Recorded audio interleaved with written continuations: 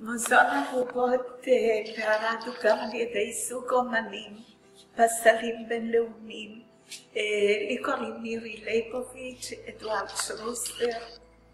כל בובה שאת רואה כאן היא אחת בעולם, עשויה מעיסת נייר, חתיכות של נייר עיתון ודבק. היית מאמינה? השיער של כל הבובות הוא שיער אמיתי. ילדות מביאות לי קוקיות וצמות, ואני עושה מהם פאות לבובות שלי.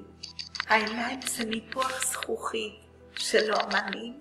כשאתם תתקרבו אתם תראו נימי דם בעין.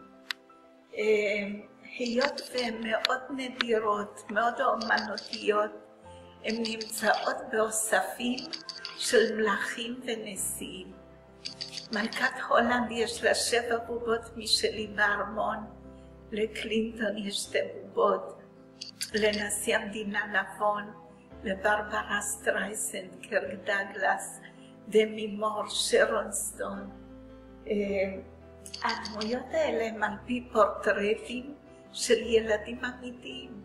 אני מצלמת ילד ועושה את הבובה הזו מהרמון. ניסו תינוק אתיופי, פגשתי אותו בסופר בערד עם אמא שלו. שאלתי אותה, אני יכולה לצלם את התינוק החמוד הזה? היא ממש נבהלה ונרתעה. היא אמרה למה? אמרתי לה שאני רוצה לעשות בובה כמוהו. היא אמרה, מה את יכולה? ומאז הם נעלמו. עד היום הם לא יודעים שמישהו חי במוזיאון. אני כל כך אהבתי אותו שהפכתי אותו ללוגו, לסמל של המוזיאון. בתקווה שיום אחד הוא יבוא ויזהה את עצמו. במוזיאון אתם תראו את כל סוגי הפיסול, החומרים והטכניקות. את כבר רואה שזה לא עיסת נייר, זה פורצלן. 2 דמויות מפורצלן. בעיקר תסתכלי על המסכות שלהם בריקוע של פטיש ונחושת. תראי, זה משהו שאני כתבתי על ירח מנייר, ואתה רוצה לקרוא. מגיע רביעי ותושב חוץ, יושבים על הירח, זה מתחיל כמו בדיחה, אבל זה לא. אותי זה מפחיד, כבר שנים אני פוחדת מעיתונים. אני פוחדת להחזיק עיתון ביד, לקרוא או להכניס הביתה, ועיתונים הם חומר הגלם הבסיסי שלי. 3 הדמויות שהגיעו, כל אחת מסיבה אחרת, אל ים השלווה של הירח, ומנסות להתמודד במרחב מוגן של חשבון נפש, בהתפכחות מרה עם אובדן הערך האנושי והזילות הבלתי נסבל של החיים.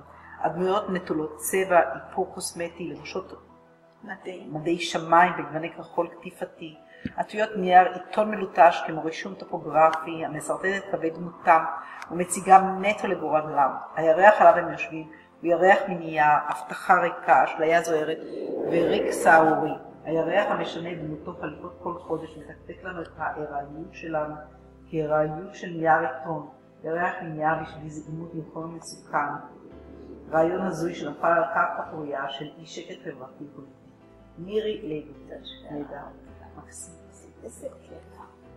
את ירח מנייר עשיתי בתקופת האינתיפאדה והפיגועים, כשכל שני וחמישי היה עולה לאוטובוס מחבל, ומתפוצץ עם המון אנשים חפים מפשע. באותו זמן אני באה לקרוא את נייר העיתון לחתיכות, ואני רואה את כל הכתבות, צילומים, כותרות, ממש לא יכולתי לעבוד. אם תסתכלי על הראש של הראשון, את תראי שהדבקתי לו כתובות טרור בעברית, על השני בערבית ועל השלישי בלועזית. גם על הירח, צד אחד הוא בעברית, בערבית ובלועזית. תראי איך הם נתפסים אחד בשני, מסתכלים עלייך בעיניים, וכל מה שהם אומרים שרצח מביא רצח, מביא רצח, ועד היום אנחנו לא יודעים איך לצאת ממעגל הדמים הזה.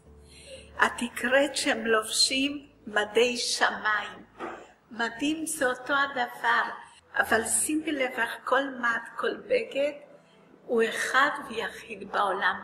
לא רק כל בובה אני עושה אחד בעולם, אלא כל בגד הוא אחד בעולם. ירח מנייר. עוד טכניקת פיסול במוזיאון זה פיסול רך. הן בנות 30 שנה, עשויות מגרבי ניילון ואקרילן על שלד ברזל. 3 חברות טובות שיצאו לנפוש בים המלח וקבוצת לובשים